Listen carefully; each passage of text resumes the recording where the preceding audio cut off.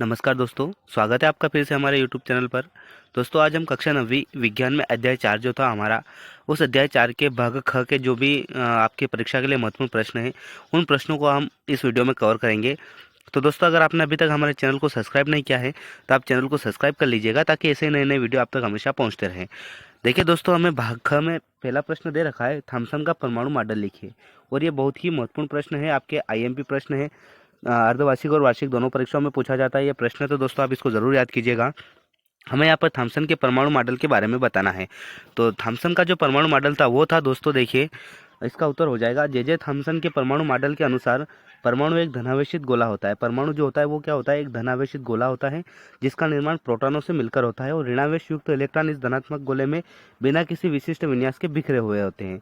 Thompson के परमाणु model की संरचना तरबूज के समान दिखाई देती है। तरबूज जो आपने देखा होगा ना दोस्तों, तरबूज गर्मी के दिनों में बहुत आते हैं वो, तो उन तरबूज के समान का वो जो थॉमसन का जो परमाणु मॉडल है वो हमें दिखाई देता है। इसे हम प्लम पुडिंग मॉडल के नाम से भी जानते हैं।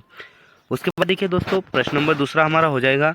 हमें यहाँ पर दिया हुआ है प्रश्न नंबर 2, फास्फोरस परमाणु में उपस्थित इलेक्ट्रॉन, प्रोटॉन एवं न्यूट्रॉन की संख्या लिखिए। फास्फोरस परमाणु जो है उसमें जो इलेक्ट्रॉन, प्रोटॉन और न्यूट्रॉन जो स्थित है उनकी हमें संख्या बतानी है। तो इसका उत्तर हो जाएगा दोस्तों आपके, फास्फोरस की परमाणु संख्या 15 है, इसलिए उपस्थित संयोजक इलेक्ट्रॉन 5 होते हैं। फास्फोरस परमाणु में कुल 16 इलेक्ट्रॉन तथा 15 प्रोटॉन होते हैं तथा इसमें न्यूट्रॉन संख्या 31, 15, यानी कि 31 में से अगर हम 15 को कम करेंगे तो हमारे पास होता है 16, यानी कि इसमें न्यूट्रॉन की जो संख्या होती है वो होती है 16। अतः फास्फोरस परमाणु में उपस्थित न्यूट्रॉनों की संख्या 16 है। उसके बाद देखिए दोस्तों, प्रश्न नंबर तीसरा, क्वेश्चन नंबर तीसरा जो कि बहुत ही महत्वपूर्ण प्रश्न है आपका, ये इसको आप जरूर याद कीजिएगा। प्रश्न नंबर तीसरा है, संयोजकता किसे कहते हैं? मैग्नीशियम एवं एल्यूमिनियम की संयोजकता लिखिए। बहुत ही महत्वपूर्ण प्रश्न है दोस्तों, आपकी वार्षिक परीक्षा के लिए बहुत महत्वपूर्ण है, आप इसे जरूर याद कीजिएगा। इसका उत्तर हो जाएगा, किसी भी तत्व के बाहरी कक्षा में उपस्थित इलेक्ट्रॉन को जो रासायनिक क्रिया में भाग लेते हैं संयोजी इलेक्ट्रॉन कहा जाता है। ऐसे इलेक्ट्रॉन की संख्या उस तत्व की संयोजकता कहलाती है। जो भी इलेक्ट्रॉन है उसकी जो संख्या होती है उस तत्व की संयोजकता होती है। और देखिए यहाँ पर हमें पहला पॉइंट और 2 पॉइंट दे रखे हैं। पहला पॉइंट हो जाएगा, मैग्नीशियम का परमाणु संख्या 12 है, इसका इलेक्ट्रॉनिक विन्यास 282 है। मैग्नीशियम के बाहरी कोश में इलेक्ट्रॉनों की संख्या 2 है, अतः मैग्नीशियम का संयोजी इलेक्ट्रॉन संख्या 2 है, अतः मैग्नीशियम की संयोजकता जो है वो 2 होती है। उसके बाद एल्यूमिनियम का पूछा था, तो एल्यूमिनियम का परमाणु संख्या 13 है, तो इसका इलेक्ट्रॉनिक विन्यास जो है वो 283 है, अतः एल्यूमिनियम की संयोजकता हो जाएगी हमारे 3। उसके बाद देखिए प्रश्न नंबर चौथा हमें दिया हुआ है दोस्तों, परमाणु संख्या एवं द्रव्यमान संख्या क्या व्यक्त करती है? हमें बताना है कि परमाणु संख्या और द्रव्यमान संख्या जो होती है ये हमें क्या दर्शाती है। तो इसका उत्तर हो जाएगा द्रव्यमान संख्या। किसी परमाणु में उपस्थित प्रोटॉनों की एवं न्यूट्रॉनों की संख्या के योग को हम द्रव्यमान संख्या अथवा परमाणु भार कहते हैं। इसे हम ए द्वारा दर्शाते हैं।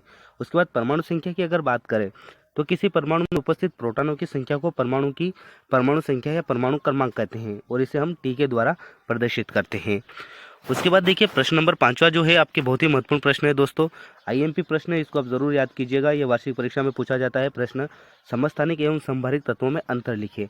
हमें समस्थानिक एवं संभारित तत्व जो है उनके बारे में अंतर बताना है। तो इसका उत्तर हो जाएगा दोस्तों, देखिए यहाँ पर समस्थानिक और संभारिक ऐसी तालिका बनी हुई है। तो इसका पहला पॉइंट हो जाएगा समस्थानिक में, इसमें परमाणु क्रमांक समान तथा परमाणु भार अलग अलग होते हैं। समस्थानिक में क्या होता है, परमाणु क्रमांक जो होते हैं वो समान होते हैं, लेकिन परमाणु भार जो होता है वो उसका अलग अलग होता है। इसके विपरीत संभारिक जो होता है इसमें परमाणु क्रमांक अलग अलग होते हैं और परमाणु भार जो होता है वो समान होता है। उसके बाद पॉइंट नंबर 2 हो जाएगा दोस्तों हमारे, इन तत्वों को रासायनिक गुण समान होते हैं और इन तत्वों के रासायनिक गुण अलग अलग होते हैं। समस्थानिक में प्रोटॉन की संख्या बराबर होती है और इसमें प्रोटॉन की संख्या बराबर नहीं होती है। और समस्थानिक में क्या होगा दोस्तों, आवर्त सारणी में एक ही स्थान मिलता है, लेकिन संभारिक में क्या होता है, आवर्त सारणी में अलग अलग स्थान मिलता जुलता रहता है। तो दोस्तों ये बहुत ही महत्वपूर्ण प्रश्न है आपकी वार्षिक परीक्षा के लिए, आप इसको जरूर याद कीजिएगा।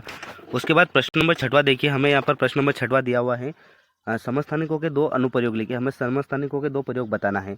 तो इसका उत्तर हो जाएगा, यूरेनियम के एक समस्थानिक का उपयोग परमाणु भट्टी में ईंधन के रूप में होता है और कैंसर के इलाज में कोबाल्ट के समस्थानिक का उपयोग होता है और घेंघा रोग के इलाज में आयोडीन के समस्थानिक का उपयोग होता है। आयोडीन जो होता है वो नमक में बहुत पाया जाता है दोस्तों, और आयोडीन युक्त नमक खाने से हमें घेंघा रोग नामक बीमारी नहीं होती है। तो देखिए दोस्तों, ये जो प्रश्न है हमने इस वीडियो में आपके महत्वपूर्ण प्रश्न है उन प्रश्नों को कवर किया है दोस्तों। तो अगर आपको हमारा ये वीडियो पसंद आया है तो आप वीडियो को लाइक कीजिएगा और अपने दोस्तों के साथ इसे शेयर ज़रूर कीजिएगा। बाकी के प्रश्नों को हम अगले वीडियो में कवर करेंगे।